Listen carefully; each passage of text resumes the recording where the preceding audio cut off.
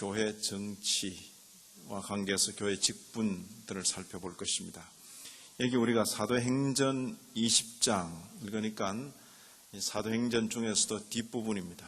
바울의 1차, 2차, 3차 전도 여행이 끝나갈 무렵, 여기 너희는 누구겠습니까? 3차 전도 여행에서 이제 예루살렘으로 돌아가는 길에 이제 떠나면 다시 돌아올 수 없다 하는 그런 예감을 하게 됩니다. 그래서 이제 마지막 헤어지면서 에베소 교회 장로들을 특별히 초청해서 그 장로들에게 교회를 잘 지켜줄 것을 당부하는 그 내용입니다. 여기 너희는 그럼 누굽니까? 에베소 교회 장로들입니다. 너희는 자기를 위하여 그리고 온 양떼를 위하여 삼가라. 장로들의 처신에 있어서 아주 중요한 것은 삼가는 것입니다. 삼가는 것. 성질대로 다 하지 않는 겁니다. 저도 성질이 보통 넘는 사람인데 교회 장로, 목사가 뭐 장로입니까? 예, 목회 장로입니다. 교회 장로한 지 벌써 오래됐습니다. 한 20년 가까이 되는데 성질 많이 죽습니다. 더 죽어야 됩니다. 성질대로 못 사는 것이 교회 장로 일입니다. 그래서 너희는 자기를 위해서 또는 양떼를 위해서 삼가라. 삼갈 필요가 있습니다. 근신하는 것입니다. 자신을 잘 살피고 절제하는 것입니다. 왜냐하면 성령 하나님께서 양떼들 가운데서 저들 가운데 역시 너희로 감독자를 삼고, 장로 역할은 교회 감독자입니다. 전체를 살피고 보살피고 하나님이 자기 피로 사신 교회를 치게 하셨다. 교회를 친다 해서 몽둥이 들고 두들기는 게 아니고 이 교회를 치는 것은 목양하는 것입니다. 먹이는 것입니다. 살찌우는 것입니다. 대적들로부터 지키고 보호하는 것입니다. 이것이 장로에게 주어진 그 역할인 것입니다. 오늘 이런 요절과 함께 말씀을 배울 것입니다. 우리가 지난 시간들에 참교회 그리고 거짓교회의 표지들에 대해서 배웠습니다. 교회면 다 참교회면 좋겠는데 교회라는 그 이름에도 불구하고 거짓교회들이 있습니다. 그것은 비단 어제 오늘의 일이 아니고 이 고백서가 나온 400여 년 전의 일이기도 하면서 또 신약 성경이 기록된 2000년 전의 일이기도 하면서 구약 성경이 기록된 무려 3000년 거슬러 올라가는 이런 오래된 그런 이야기입니다. 교회는 참교회, 거짓교회가 있습니다. 하나님께 제사를 드리는데 자기를 위해서 제사를 드리는 그런 가인의 무리도 있고 하나님을 섬기는 아벨의 무리도 있는 것입니다. 제사를 드린다 해서 다 하나님께 합당한 제사를 드리는 것이 아니고 전적으로 자기를 위한 제사, 그리고 그것이 실현되지 않고 그것이 실현되지 않는다고 여겨질 때 형제조차도 죽임으로써 형제에게 가는 복을 자기가 가질 수 있으리라 착각에 빠지는 그런 그 사람도 하나님을 섬긴 하나님께 제사 드린 무리였습니다. 그러나 그것은 분명히 거짓 교회의 모습일 것입니다. 참교회와 거짓교회, 이것은 어제 오늘의 문제가 아닙니다. 지난 시간의 내용이 길기 때문에 전체를 요약하지 못하고 그냥 이렇게 핵심적으로 요약을 했습니다. 우리는 참교회의 표지, 그리고 그리스도인의 표지, 이런 표현을 지난 시간에 배웠는데 참교회의 표지와 그리스도의 표지에 대해서 배웠습니다. 참교회의 표지는 아는 대로 복음의 순수한 선포. 목사님 거기도 설교 시간이 있던데요. 그 이야기가 아닙니다. 그래, 그 설교 시간에 무엇을 말하든가. 한국교회도 한참 멀리 간 때가 있었습니다. 성경 본문을 읽어놓고 영 딴소리를 하는 그런 때도 있었습니다. 지금도 그러고 있는 교회가 혹 있을 수 있습니다. 그러나 그런 부분들이 많이 시정됐습니다. 그런데 놀랍게도 오늘날 일어나는 이단들은 나는 신학은 다 버리고 성경만 가지고 한다 하는 이런 기묘한 가르침이 있습니다. 그 사람이 신학을 버림과 동시에 본인으로서는 감당할 수 없는 함정 앞에 선다 하는 것을 본인은 모르고 있는 것입니다. 사람이 보통 무지한 것이 아니면 그렇게 말할 수가 없습니다. 성경은 내가 처음 읽는 것이 아니기 때문에 나보다 훨씬 경건하고 나야 우리말로 누가 번역해 준 성경 겨우 들고 그것을 연구한다고 앉아있지만은 히브리어 헬라 원어로 평생 동안 결혼도 하지 않고 그렇게 성경을 연구해간 앞선 수많은 종들이 있는데 그들을 깡그리 채 무시한 채로 나는 성경만 연구한다. 그리고는 그를 추종하는 그 표로 주석과 신학서적을 불태우면서 그렇게 성경에 몰두하겠다 하는 성경을 굳게 지니는 그 모양은 대단히 가상해 보이지만은 그것은 성도들에 대한 심각한 미혹입니다. 어떤 목사가 그렇게 말하는 순간 교만의 극치에 올라간다 하는 것을 반드시 기억하시기 바랍니다. 내 앞에 서 있는 2000년 교회 역사 동안 있었던 모든 스승들을 나는 무시한다. 그리고 내가 하나님께로부터 직접 계시를 받아서 성경을 읽겠다. 그런 자세는 교회가 알지 못하는 자세입니다. 그건 영적으로 대단히 교만한 자세로 여겨지는 것입니다. 설교 시간이 있다가 문제가 아니고 복음의 순수한 선포가 있는가, 성례의 순수한 시행이 있는가, 권정의 실행이 있는가, 이것이 참교회의 표지라 그랬습니다. 그리스도인의 표지는 유일하신 구주 예수 그리스도에 대한 믿음, 예수도 믿고 또 다른 것도 믿는 것이 아니라 오직 예수입니다. 죄로부터 탈출하고 의를 추구하는 그 삶, 그의 나라와 그의 의를 구하라. 의에 줄이고 목마른 자는 복이 나니. 참 하나님과 이웃에 대한 그 사랑, 이런 것들이 바로 그리스도인의 표지입니다. 예루살렘 소식을 듣고도 무덤덤한 사람, 아마 이름만 그리스도인일 것입니다. 선교지 소식을 듣고도 전혀 마음이 움직이지 않는 사람, 이름만 그리스도인일 수 있습니다. 대단히 조심스러운 겁니다. 내가 그리스도인이라 할 때는 교회와 관계된 그 이야기를 들을 때 마음이 움직여지는 사람이었습니다. 마음이 움직여지는 사람. 온 교회가 수련회로 떠난다. 그러면 내 마음이 미리 거기 가 있어야 됩니다. 그런데 내가 사람 속에 섞여 살면서 어쩔 수 없어서 함께 하지 못할 때 내가 백방으로 그 집회가 방해받지 않고 잘 되도록 후원하고 기도하는 그 자세, 그것이 교회의 일원으로 살아가는 것입니다. 그 사람이 직분자이든 직분자가 아니든 교회의 일원으로, 그 교회의 일원으로 살아가는 사람이라면 당연히 그런 마음을 가질 것입니다. 그렇지 않고 너희는 가라, 나하고는 별 상관없다, 나는 주일날 가서 그냥 예배만 들으면 된다, 이건 이름만 그리스도인일 수가 있습니다. 주님의 몸에 대한 아무런 애착이 없는 것입니다. 있어도 그만, 없어도 그만. 오늘날 족보 없는 기독교인들이 참 많습니다. 예배는 이 교회에 출석하는데 전혀 이 교회의 교인 같지 않은, 목사를 길거리에서 만나도 마치 남 보듯이 그렇게 주일날 예배 드리는 것만 하나님 앞에서 종교적인 행사를 가지는 것, 그 외에는 일체 간섭도 하지 말고 찾지도 말고, 그건 신앙생활이 아닌 것입니다.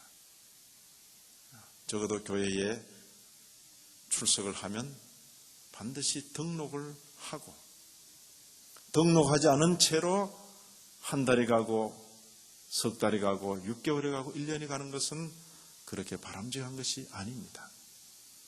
오늘날 한국교회 이것이 병폐입니다.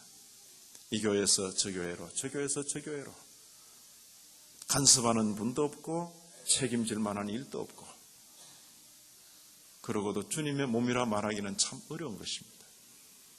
우리 교회를 출입하는 모든 분들을 향하여서 저는 반드시 등록을 하도록 권할 것이고, 또 우리 교회가 아니더라도 어느 교회든 지상교회 가운데 자신의 소속을 두도록 그렇게 권할 것입니다. 뿌리 없는 기독교인들, 무책임한 기독교인들, 세상 가운데 아무 빛도 나타내지 않는 그런 기독교인들, 기독교인이 천만을 헤아린들 대적에게는 아무 두려움이 되지 않는 그런 모습들은 그리스도인의 표지라고 보기는 어려운 것입니다. 이제 후로는 참교회 표지 그리고 그리스도인의 표지에 대하여 배운 자답게, 제가 늘 이런 표현을 썼습니다. 배운 자답게 거짓 교회의 자기 주장을 잘 분별하고 잘 분별해야 됩니다. 그리고 그리스도인이라는 그 증거를 잘 드러내며 살아야 할 것입니다.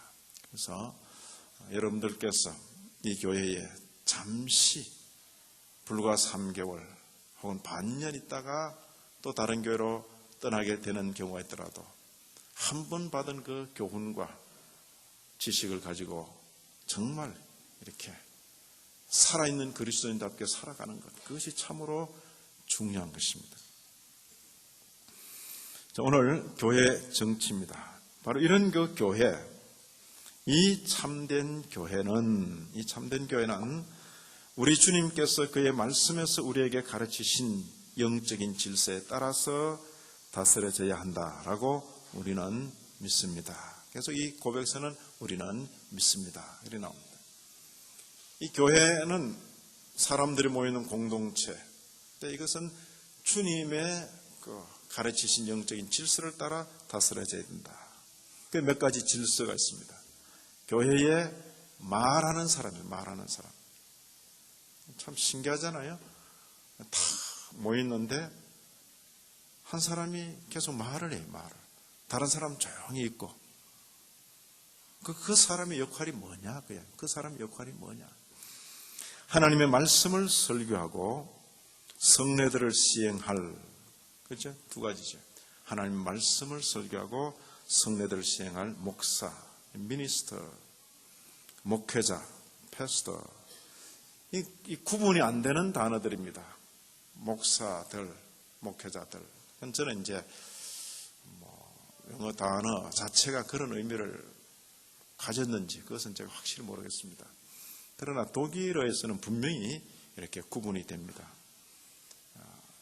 교회 제도 속에서 목사로 안수받은 사람, 신학을 다 과정을 마치고 목사로 안수받은 사람은 father 해서 이 사람은 공식 직분을 가진 목사입니다. 그러나 그런 과정을 거치지 않고 현재 교회를 섬기고 있는 사람, 남자든 여자든 신학을 다 했든 안 했든 현재 교회를 섬기고 있는 사람, 그것은 파스토아입니다. 파스토아, 목회자. 알겠죠? 그래서 정규 신학을 하고 목사가 된 사람, 목사들. 그러나 전도사님이든 강도사님이든 하여튼 남자든 여자든 현재 교회를 돌보고 있는 사람들, 목회자, 이렇게 표현을 하고 싶은 것입니다. 자, 어쨌든 이 목회자들과 함께, 목회자들, 설교와 성례 담당이죠. 함께 교회의 위원회를 구성할 장로들, 그리고 집사들. 자, 목사, 장로, 집사, 이 직분을 가리켜 뭐라 했습니까? 교회가 있는 동안은, 이 세상 끝날 때까지 교회가 있는 동안은 함께 있을 직분, 그런 뜻에서 항존직입니다. 본래는 그런 뜻인데 이 내용이 한국에 들어오면서는 한 분 목사는 영원한 목사, 해병대 비슷하게 그렇게 됐습니다. 본래는 그런 뜻이 아닙니다. 교회가 있는 동안 항상 함께 있을 직분, 그런 의미에서 목사직, 장로직, 안수집사, 집사직, 항존직이라 이런 뜻인데, 이것이 한국 사회는 이상하게 이렇게 접목이 되면서 한 분 목사는 영원한 목사. 죽을 때까지 목사예요. 그냥 목회 안 해도 목사. 그런 게 아니에요. 목회를 활동한 목사인 것입니다. 장로 직분도 역시 마찬가지입니다. 그것은 장로 직무를 활동한 장로인 것입니다. 한국식으로 생각해서 독일 그리고 화란, 특히 화란이 이 개혁교회에 우리보다 앞서 있는데 3년 전에 내가 친구 소개로 그분이 장로님으로 만났거든. 그래요. 장로님 그동안 잘 계셨습니까? 아이고 전 지금 장로가 아닙니다. 전에 장로님 하셨잖아요. 제가 지금 임기가 끝났습니다. 그 교회는 임기가 있어서 장로로 그렇게 한다. 전에는 장로였는데 지금은 아니다. 전에는 제가 목사로 섬겼는데 지금은 아닙니다. 그게 그쪽 사회에서는 그게 상식인데 한국에서는 그게 대단히 이상하죠. 한 분 목사는 영원한 목사. 그래서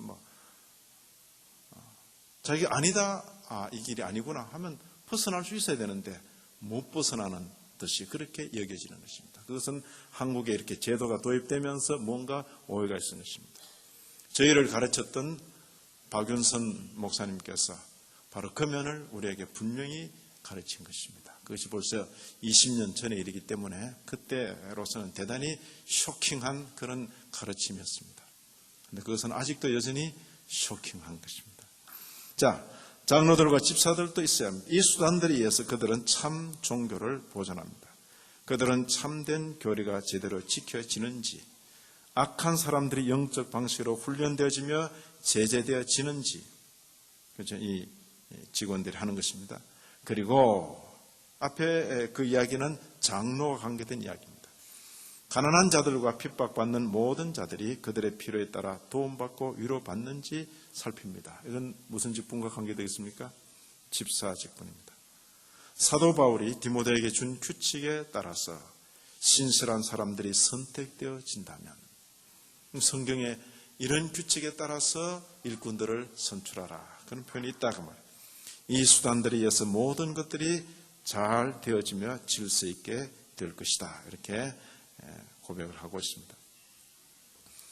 자, 몇몇 이런 내용들이 나오게 되는 구절들을 살펴보려고 합니다.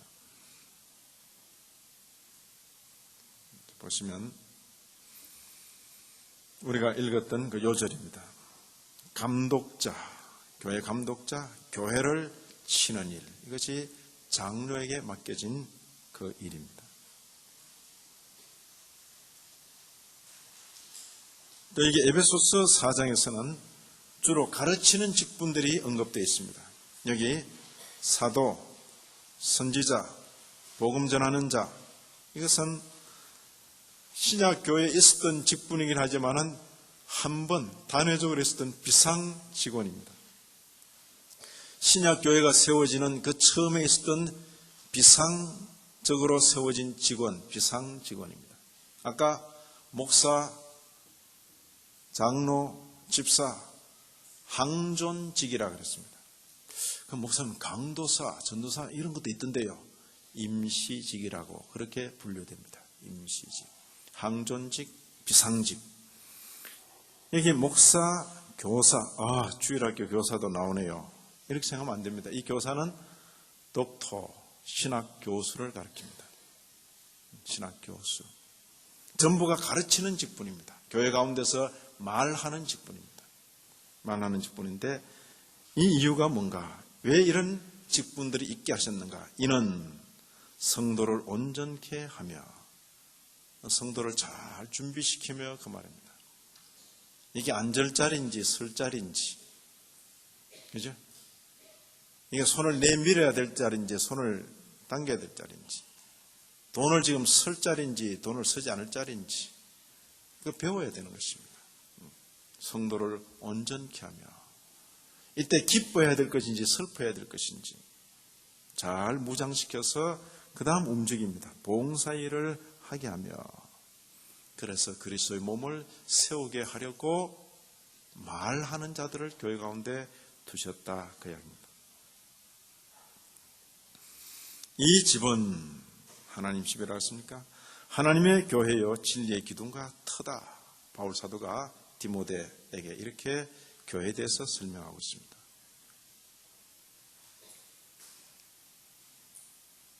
자, 이게 히브리서를 마치면서 평강의 하나님이 너희를 온전케 하사, 그 다음 뭐랬습니까?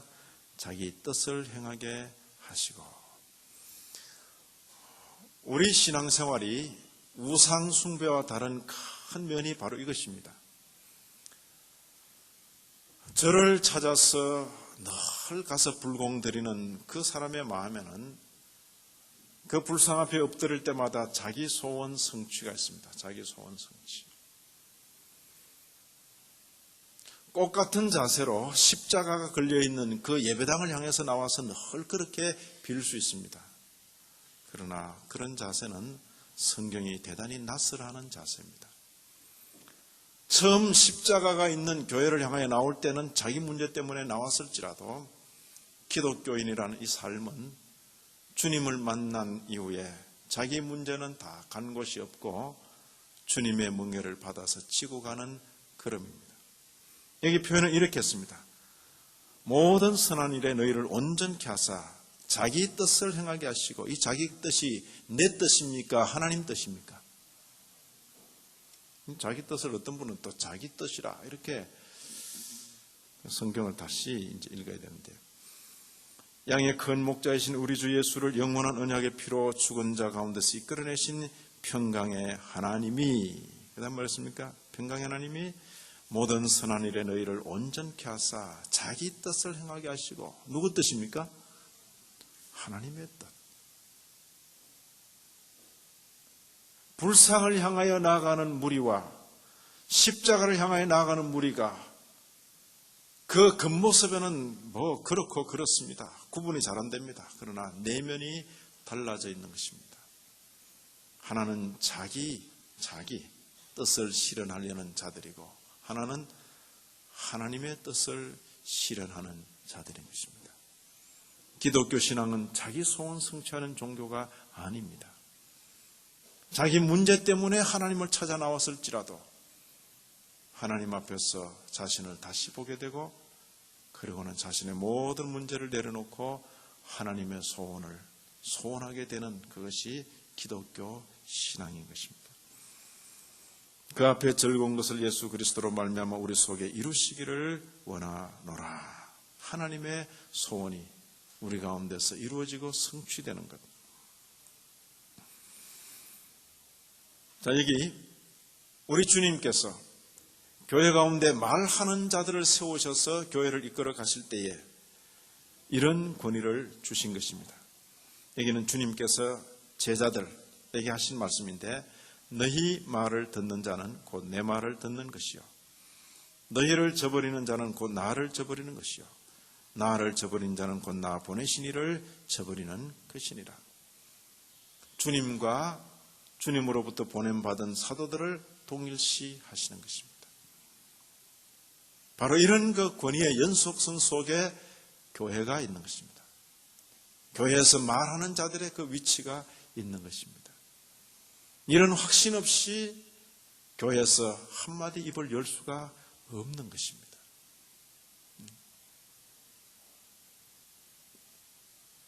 교회를 잘 알지 못하면 사람들끼리 모여있기 때문에 아무나 말해도 되는 줄 알고, 목소리만 크면 되는 줄 알고 그렇게 착각할 수 있습니다. 그렇지 않습니다.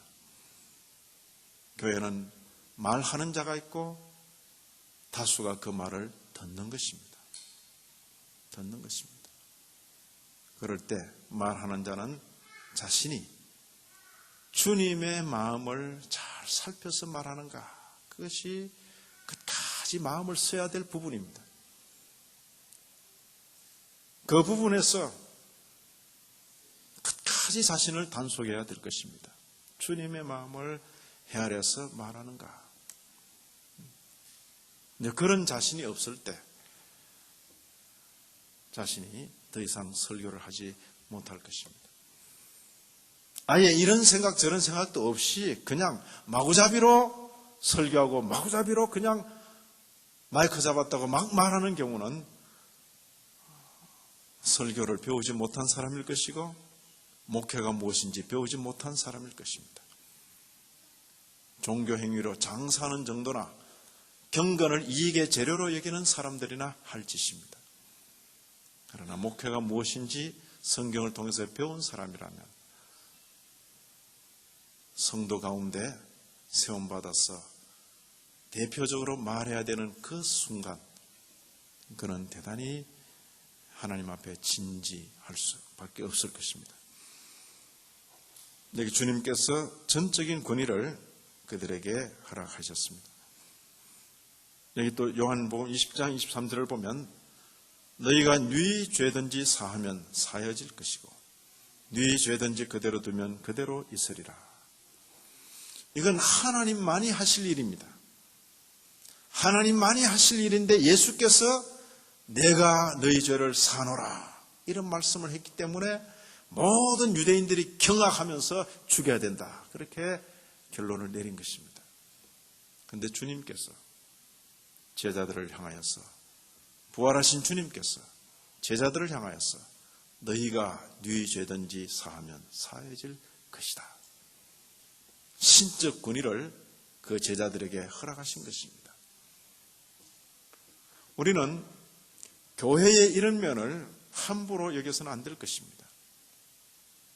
교회의 기강도 다 여러 가지 교회의 어려운 형편 속에서 사람들이 우왕좌왕하고 목회자 없이 수년을 지내고 이러면서 교회가 많이 기강이 다 허물어져 버리는 것입니다.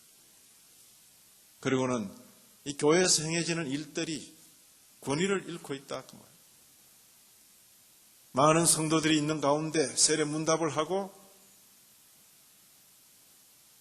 성부와 성자와 성령의 이름으로 내가 세례를 주노라. 그리고는 전체 앞에서 아무개 씨는 신반포 중앙교회 세례교인 된 것을 성부와 성자와 성령의 이름으로 공포하노라. 아멘. 그게 우리끼리 하는 장난이 아닙니다. 우리끼리 하는 종교 장난이 아닙니다. 바로 이런 권위 가운데 이 사람은 성삼위 하나님의 이름으로 세례받았기 때문에 이제는 영원한 하늘나라의 생명책에 그 이름이 기록된 줄로 온 천하를 향하여 선언하는 행위인 것입니다.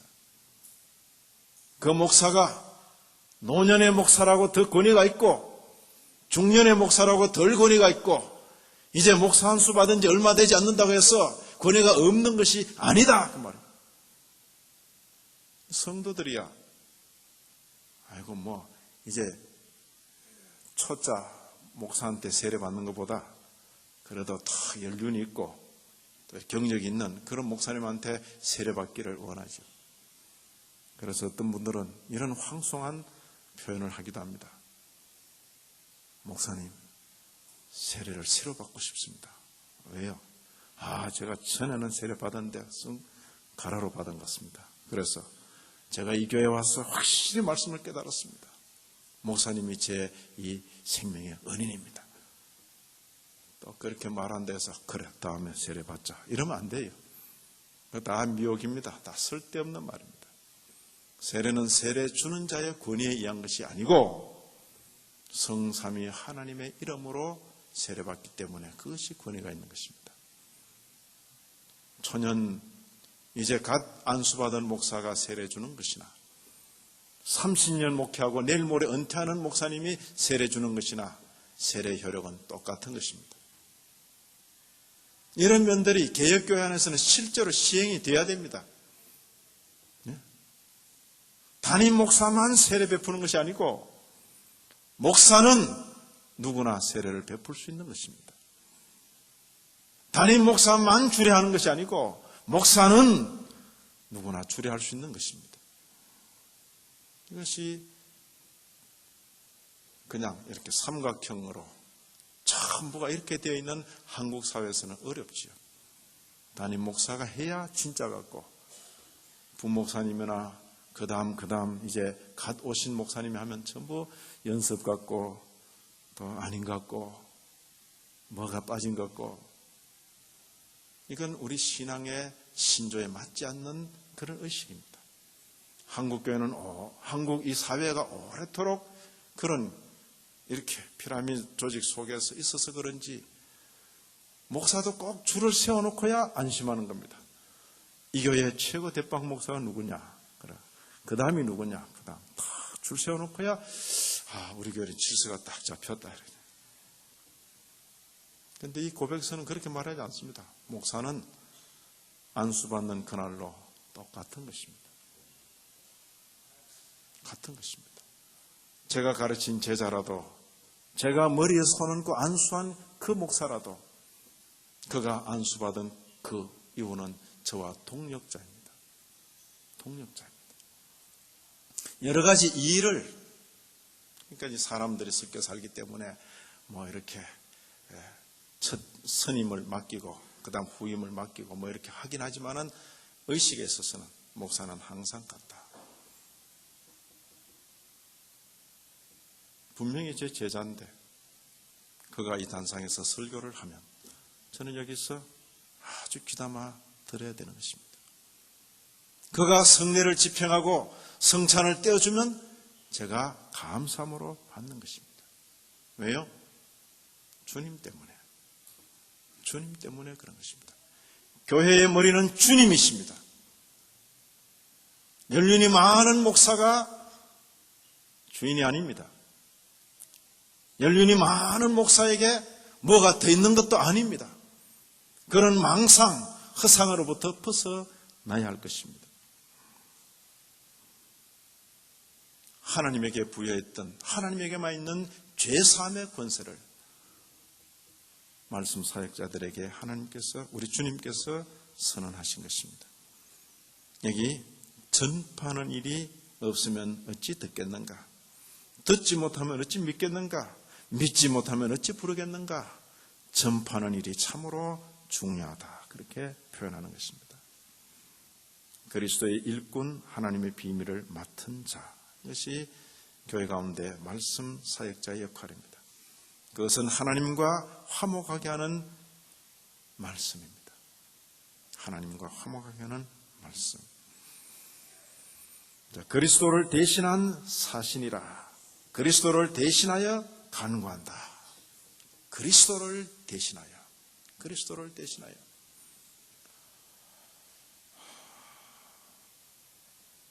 온 세상은 목사 알기를 우습게 알아도 교회에 모이는 성도들은 목사를 존중히 여기는 그런 분위기가 되면 참 좋겠습니다. 세상은 목사 알기를 우습게 압니다. 제가 독일 유학을 앞두고 저기 팔당 나가는 덕소에 살았는데 거기 복덕방에 아저씨들 앉아서 뭐 이런저런 이야기하고 요새 목사가 어떻고 최근에 TV에서 그 기도원에 이상한 그 목사님들이 뭐 또 이제 사람 그 아픈 사람 붙잡아 놓고 뭐 안수한다다가 막 그런 그 무리가 있었습니다. 그래서 제가 물었습니다. 선생님들 그 목사에 대해서 어떻게 생각합니까? 그러니까, 목사 돌중과 똑같지 뭐. 그래요. 목사가 돌중하고 똑같대요. 그래서 제가 그러면 교수에 대해서는 어떻게 생각합니까? 그러니까 교수는 이 사회의 선생이고 스승이죠. 참 좋은 분들이죠. 저는 지금 현직 목사입니다. 나이 이제 30 간 넘은 목사입니다. 유학 갔다 돌아오면 저는 교수입니다. 제가 학위를 하고 교수가 되었다 해서 목사에서 하나도 더한 것이 없습니다. 제 마음과 제 의식에. 목사는 교회와 관계에서 전부입니다.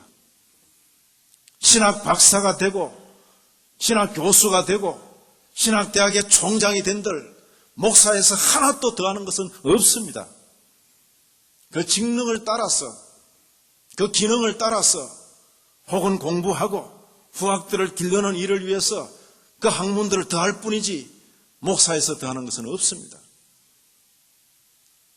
그러나 이 사회 속에서 여겨지는 그 대우라는 것은 교수는 하늘처럼 여기고 목사는 돌중처럼 여길지라도 세상이 그렇게 대우한다 해서 교회 성도들조차 그렇게 여기는 것은 결코 바람직하지 않습니다. 그 목사가 좋은 학벌을 가졌던 그렇지 않던 사이비만 아니면 이단만 아니면 적어도 최소한의 건전한 신학을 했으면 그의 입을 통해서 하나님의 말씀이 전해질 것이기 때문에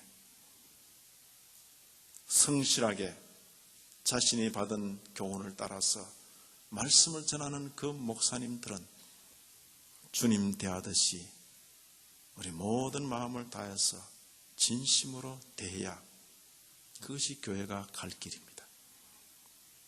제가 자란 배경은 그렇습니다. 전도사님이라도 교회를 담임하는 분이 전도사님입니다. 목사님이 안 계십니다. 그런데 장로님을 비롯해서 온 교회 성도들이 그분을 통해서 교훈을 받기 때문에 귀하게 여기는 것입니다. 오늘날 그런 분위기가 다 사라졌습니다. 교회 밖에 세속적인 그런 안목, 그런 가치관 성도들이 그대로 받아가지고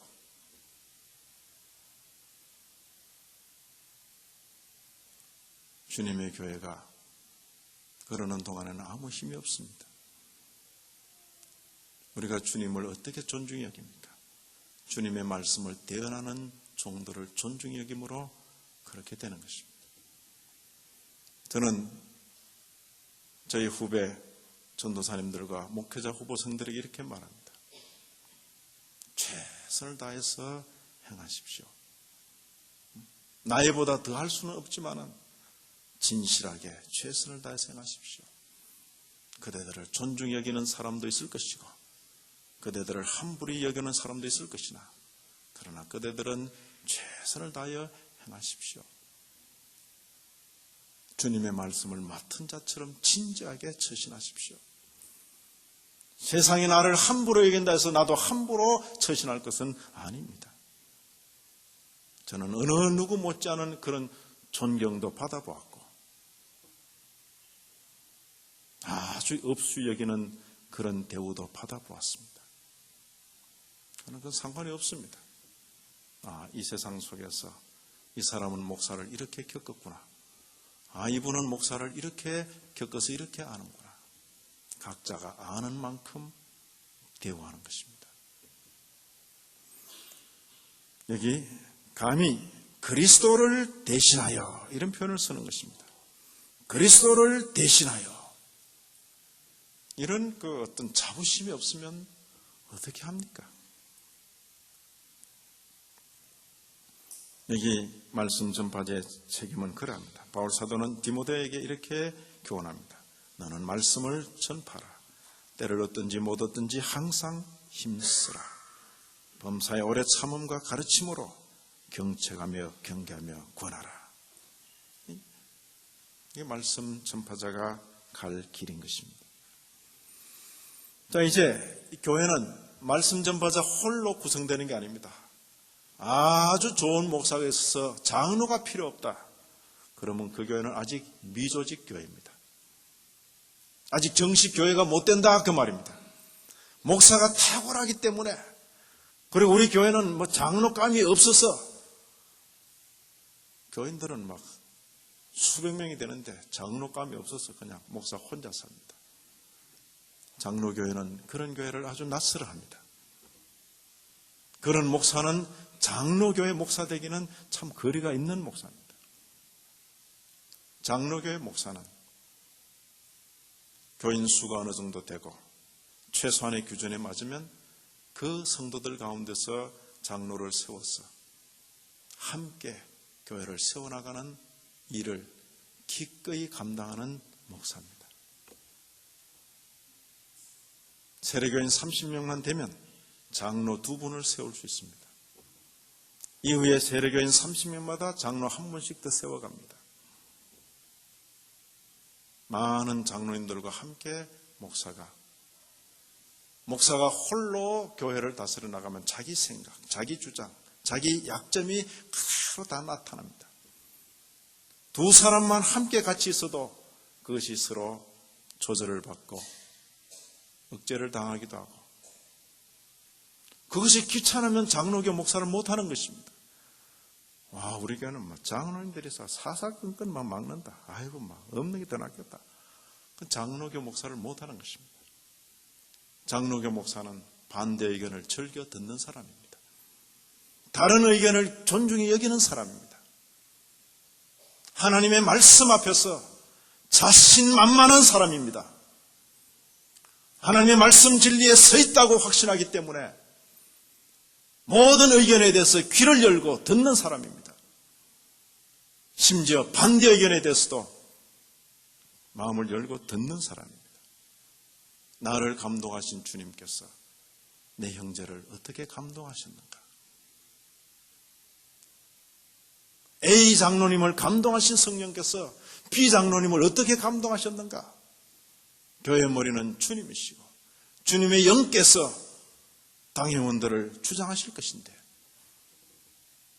그게 장로교 목사입니다. 장로님들의 여러 가지 의견들을 귀찮아하지 않고 즐겨 들으면서 그리고 함께 의견을 모아서 함께 나가는 것입니다. 이게 장로교 목사입니다.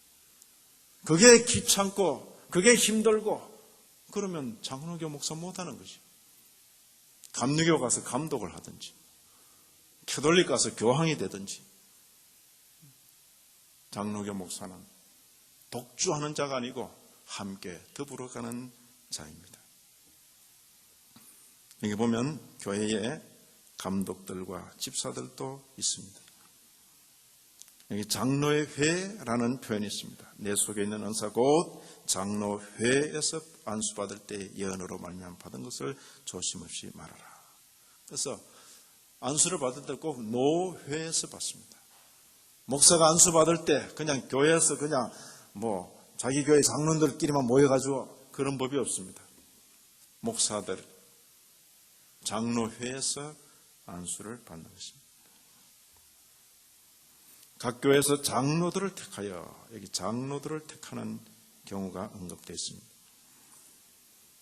여기 디도스가 나오는데 헬라인입니다. 이방인이 교회의 중요한 교사가 되었습니다. 내가 너를 크레테, 섬이죠, 떨어뜨려 둔 이유는 부족한 일을 바로잡고 각 성의 장로들을 세우게 하려 합니다. 초대교회부터 교회 가운데 장로들을 세우는 것은 참으로 중요한 일입니다. 교회는, 목사는 교회의 대표입니다.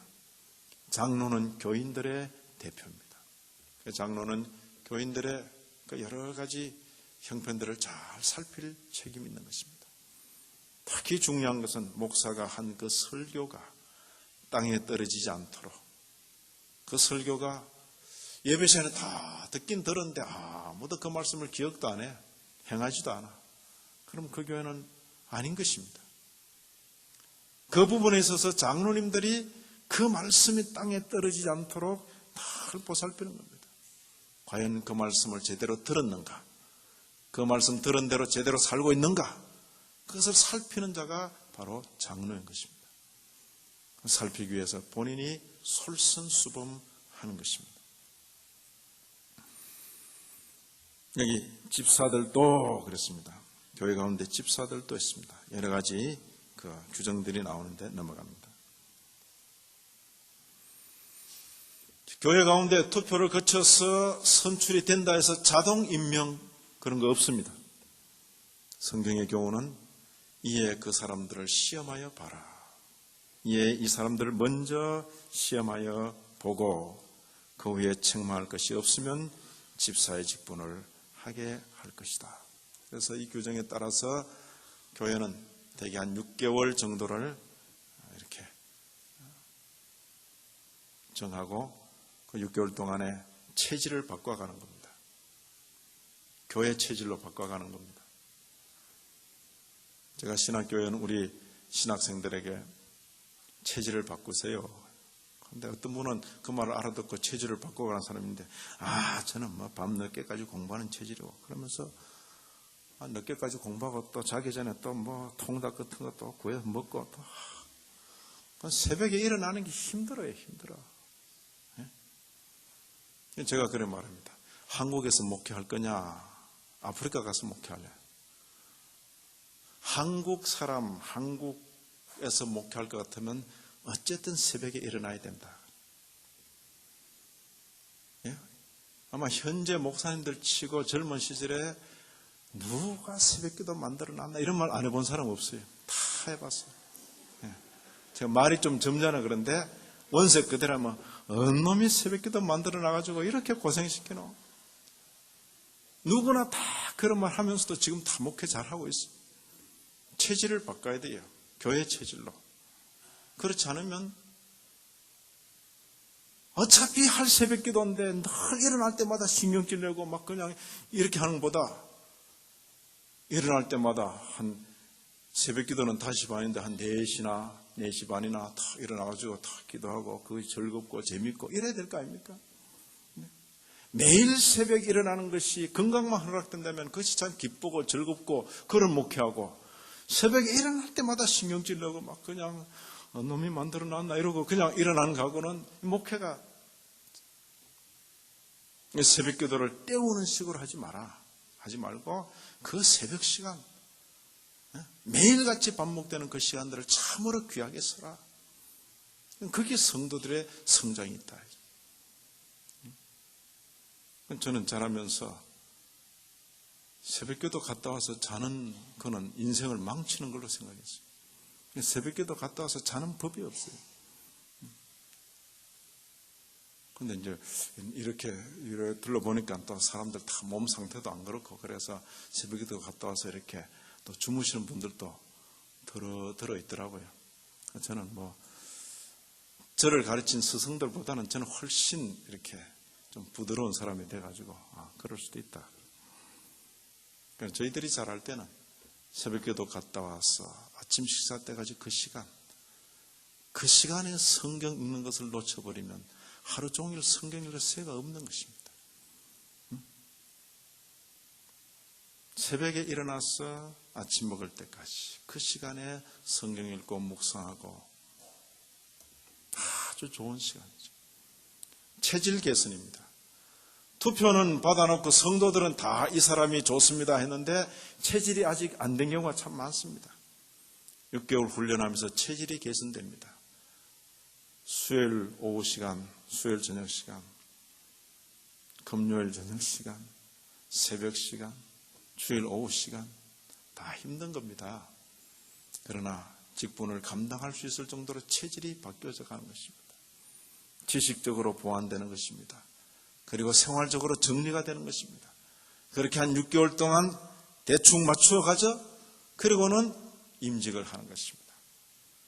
허리 운동하지 않고 갑자기 남 든다고 엮기 한번 들어보세요. 정 의심나면 직접 해보시라고요. 엮기 탁 들고 나오니까 이렇게 생겨가지고 나도 한번 들어보자 탁.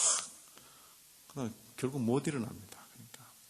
그러니까 허리 힘을 키우기 위해서 이렇게 준비 운동부터 하듯이 6개월 동안을 그렇게 훈련을 해나가는 것입니다. 최소한의 훈련 기간입니다. 먼저 시험하여 보고 현재 이분들을 위해서 많이 기도해 주시기를 바랍니다.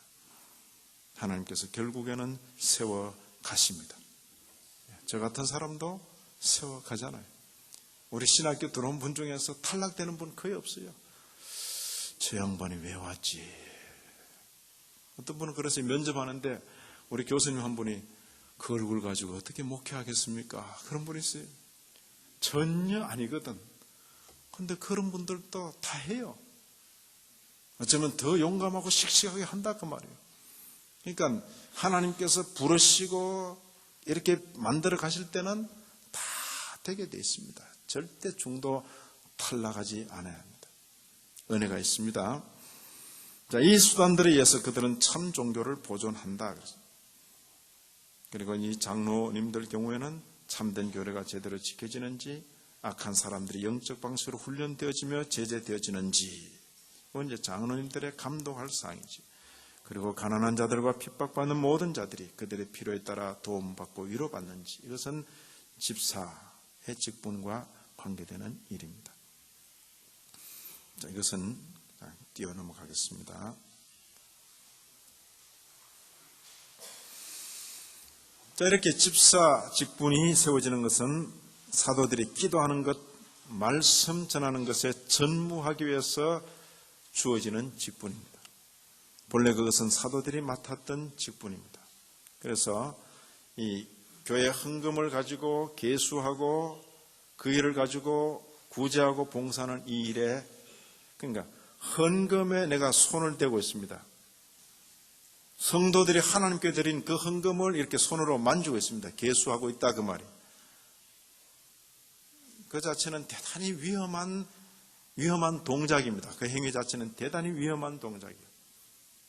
그래서 그런 동작을 수행하려면 그만한 믿음의 수준이 있어야 합니다. 그렇지 못하면 그 일을 하면서 대부분이 시험에 빠집니다. 시험 빠집니다. 그래서 이 재정을 맡는 분들 위해서는 늘 교회가 살피고 기도하시는 것이 좋습니다. 왜냐하면 사람이 하나님께 드려진 것을 계수한다는 것, 그것은 대단히 조심스러운 행위인 것입니다. 그리고 재정부에 계시는 분들은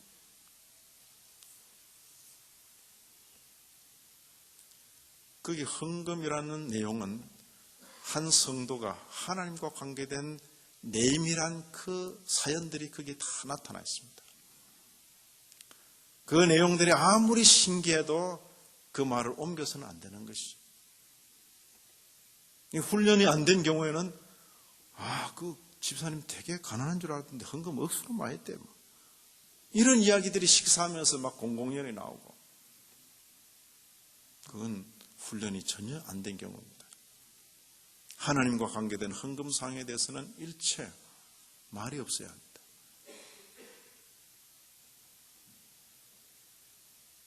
이런 면들이, 그것은 본래 사도들이 맡던 일입니다. 헌금은 계수하는 것이 아니었습니다. 모아지는 대로 모아놓고 필요한 대로 쓰던 것이었습니다. 있으면 있는 대로 없는 대로. 그러나 사도들이 구제하는 일 때문에 기도하는 것과 말씀 전하는 것이 방해받기 때문에 그 일에 전념하기 위해서 성도들 가운데 뽑아냈는데, 그 위험한 일을 감당할 수 있는 믿음이 있는가를 먼저 살피고 그 일을 맡긴 것입니다. 아무쪼록 이런 질서 있는 교회 되기를 진심으로 바라는 것입니다. 자, 이제 사도 바울이 디모데에게 준 규칙에 따라서 이런 규칙이 있습니다. 신실한 사람들이 선택되어진다면 이 수단들에 의해서 모든 것들이 잘 되어지며 질서 있게 될 것이다 하고 이 고백을 마칩니다. 아무쪼록 교회는 주님께서 가르치신 영적 질서를 따라 다스려져야 된다 하는 큰 원리 앞에 우리가 서 있습니다. 담임 목사 없이 교회가 어려움과 혼란 가운데 수년을 지내오면서 목자 없는 그 약물의 그 모습을 우리는 많이 연출했습니다. 이제 그런 모든 시절은 뒤로 지나가는 것입니다.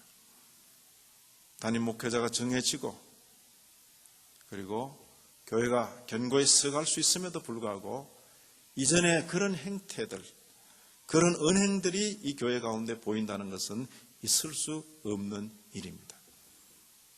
목회자 없는 시절 이제 뒤로 지나갑니다. 이 교회는 분명히 하나님 은혜 가운데 목회자가 세워졌습니다.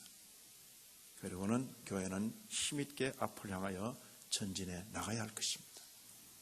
바로 이 일에 있어서 우리 모든 성도들이 은혜에 함께 동참하고 하나님께서 이 교회를 그저 여러분과 저하고 오손도손 그냥 재밌게 그렇게 사는 정도의 교회 말고 정말 이 한국 땅에서 제대로 역할을 하는 그런 교회로 쓰임받게 되기를 진심으로 기원합니다. 하나님 아버지, 이 저녁에도 저희들에게 귀한 말씀으로 교훈하신 것 감사를 드립니다. 주님의 교훈을 따라, 주님께서 세우신 영적 질서를 따라 잘 다스려지는 교회 되게 하여 주옵시고, 그러한 다스림 속에 주님의 은총을 크게 입는 귀한 성도들 되게 하여 주옵소서. 예수님 이름으로 기도 올려옵나이다. 아멘.